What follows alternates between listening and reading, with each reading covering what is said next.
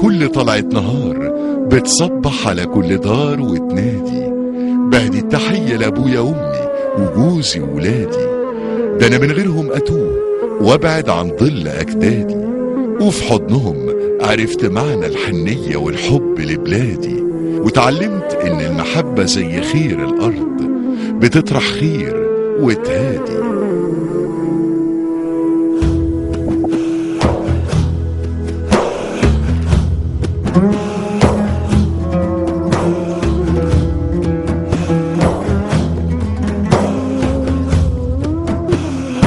اتجوزت عندي 12 سنة وخلفت على طول.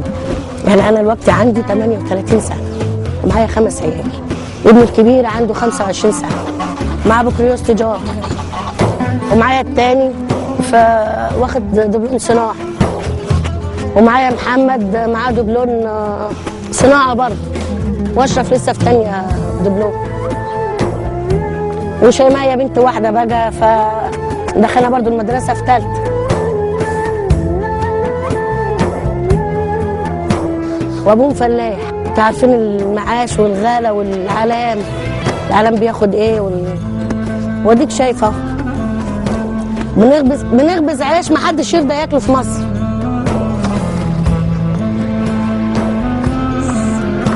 امي كانت بتخلف، قعدتني اربي معاها اخواتي. انا قعدتني معاها في البيت اربي اخواتي، احنا 5، انا كبرت.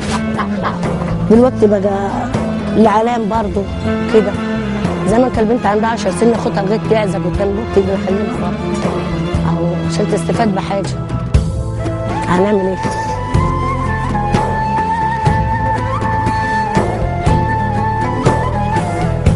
وانا من صغري شقيانة بربي في عيالي وأدادي، لحد ما كبروا قدامي وصبحوا سند ليا، واتمنى اشوف احفادي. يلا يا محمد الغالي.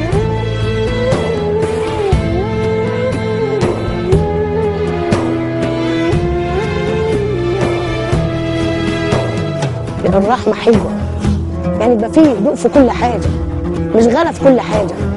يعني احنا هنا عبارة عن فلاحين تعبانين، الأراضي خدوها مننا وما عادش برضه. يعني أنا جوزي عنده 50 سنة وشغال بالأجرة، يعني عنده 50 سنة وماسك الفاس بيشتغل بالأجرة، والله هي الحقيقة دي، يعني مش بكذب، والله عنده 50 سنة وشغال بالأجرة واحنا كلنا حواليه، ويا ريت عارفين نعرف نعمل حاجة. الحمد لله زي ما انتوا شايفين كده مفيش، يعني جاي على قد هو اللي بنطلع بيه علام عيالنا بس.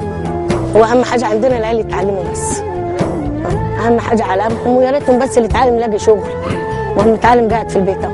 بقاله 3 سنين متخرج بندور على شغل، عمال يدور مش لاقي. شغال في مدرسه هنا بالحصه، شغال بالحصه معينينه على 100 جنيه. يعني هي الصراحه دي والله فعلا يعني اخر حلاوه زي الفل. ونلم الجله بتاع البهايم ونلزقها فوق وتنشف ونيجي نحلبها تاني ونخبز عليها. ما انت شايف ازمه الانابيب وازمه الغاز، يعني مش ازمه دقيق وازمه معاش بس، كذا ازمه. هنعمل ايه يعني؟ هو الفقير عيشته غير كده؟ هو الفقير عيشته كده؟ الوقت الغلا خلينا بناكل اي حاجه. في عيش المعسكرات بتخبزه وتجيبوا لنا هنا على اسم الطيور، احنا بناكل منه. صدق بقى دي؟ عيش المعسكرات بتخبزه عندكم هناك بتبيع 20 بالجنيه وكده، انتوا ما بترضوش تاكلوه، احنا هنا بناكله، بنجيبوه هنا وناكله، مش للطيور، عشان احنا الحمد لله رضا. هنعمل ايه يعني؟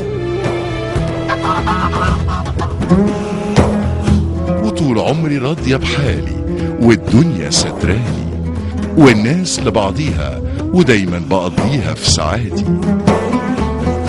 والله الحمد لله المشاكل كتير، مشاكل علام عيالي ومشاكل الغلا اللي احنا فيه ومشاكل كتير، بس هنعمل ايه يعني؟ بنرضى بالواقع ونمشي. هنعمل ايه؟ بنرضى بالواقع ونمشي. يعني جرد ابنك طالع رايح الكليه معكش 10 جنيه تديها له مواصلاته، يروح كليه حلوان ويجي ما يدوكش كوبايه عصير في السكه ولا سندوتش، بنمشي.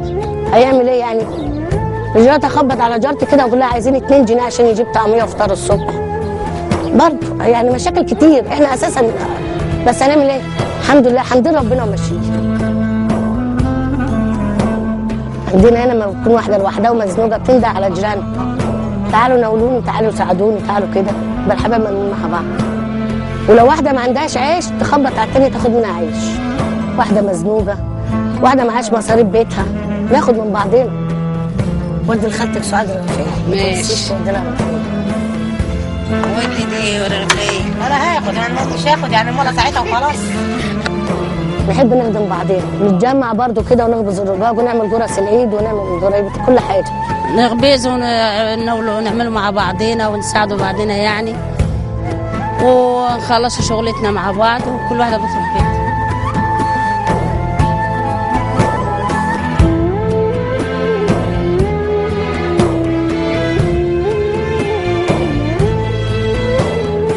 فعشان نبيعها في السوق لازم نزغطها كده. بنروح السوق نبيع منها جانب ونجيب خضار ونجيب لحمه ونجيب اكل ونجيب حاجات يعني. وسايب على معاش الراجل، امال الراجل هيجبى عليه كل حاجه. هيجبى عليه يعني ما فيش شهر. ما انتوا عشان انتوا هناك بقى موظفين وبالشهر وكده ما بتحسوش بالغلا. الواحده بتاخد ال1000 جنيه عارفه انها قدها الشهر. انما احنا هنا مصاريفنا يوم بيوم. يوم بيوم هنا. اشتغل بنصرف، ما اشتغلش ادينا بنحاول ايه نساعد معاه في البيت.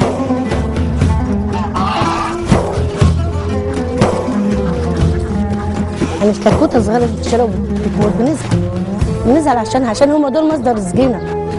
ناكل عيالنا منهم وناكل منهم ونبيع منهم ونصرف منهم. يعني هو كل حاجه على الراجل احنا ما نقدرش نحمل على الراجل.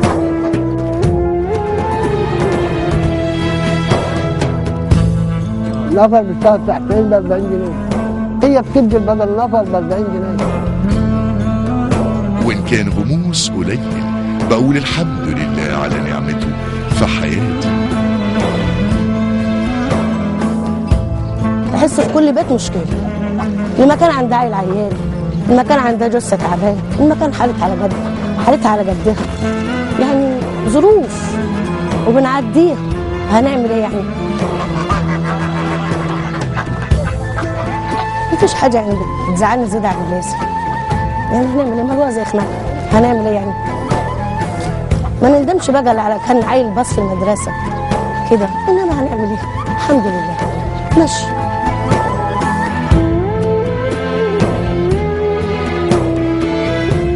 احنا ابني الكبير يلاقي شغل، وهي التانيين برضه ربنا يسترها معاهم يلاقوا شغل، والحمد لله.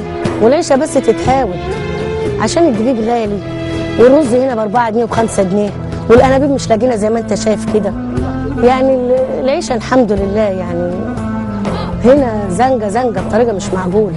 عاوزين ارض وكده عشان نعيش. العيال دلوقتي ولا في شغل ولا في حاجه ولا ده حاجه. وربنا يديم علينا نعمه وعلى البشر لحد ما مات.